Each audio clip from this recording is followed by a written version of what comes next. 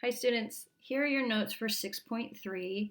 We're going to be covering solving trig equations. So far in Unit 6, we have talked about the inverse functions, right? And how that our domain and our range for those inverse functions are sometimes restricted, sometimes not if we're dealing with tangent or cotangent, but with sine and cosine they are. And so we needed to learn that before we go into solving, all right?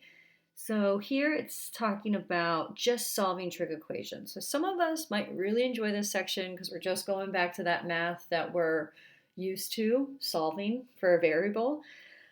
So there's 4 methods for solving. Straight solving, which means, isolating theta might be very simple and you just go forward with it. You might have to bring in some old tools like factoring, and you might have to use some identities. Now, you have learned this identity. Up until this point, you have not had to use it a lot, but the one identity that should really stick out in your mind is sine squared plus cosine squared equals 1, okay?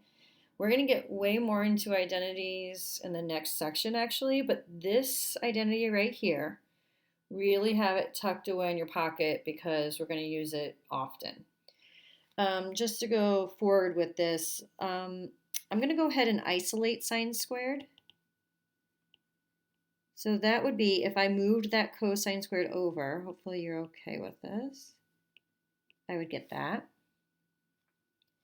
And if I isolated cosine squared, I would get this.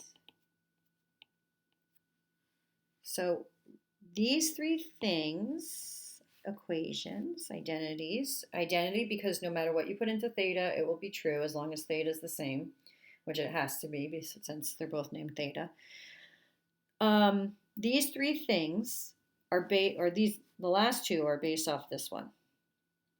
All right, these might be helpful in some of these equations that we have to solve. So to get our toes wet, we're going to do just example 1, and we're going to say, I give you this equation, 2 sine theta plus root 2 equals 0. And I'm just asking you if pi over 4 is a solution. So again, I'm going to have that unit circle out so I can refer to it. But I have 2 sine, I'm going to put in pi over 4 plus root 2. And I'm going to see if it equals 0. So I'm going to put a question mark above it. Well, sine of pi over 4 is root 2 over 2. And you could keep going if you'd like. Let me actually go a little further just to refresh our algebra skills. These 2 would reduce out because this guy's over a 1. And then I get root 2 plus root 2. I should keep that question mark.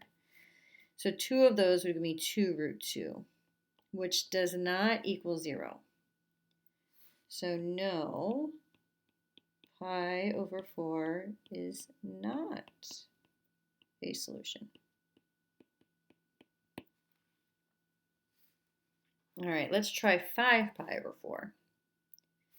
So same equation, 2 sine 5 pi over 4 plus root 2. Does it equal 0? All right, using my unit circle, I just don't have it handy. I'll make it handy for the next couple, but you look on your unit circle. So 5 pi over 4, that is in the 3rd quadrant, which is sine is negative, so this becomes, oh, forgive me, do not make this mistake. I am already evaluating it. So this would be negative root 2 over 2. Well, again, those 2's reduce out. And we get negative root 2 plus root 2. Does that equal 0? It sure does. So yes, 5 pi over 4 is a solution.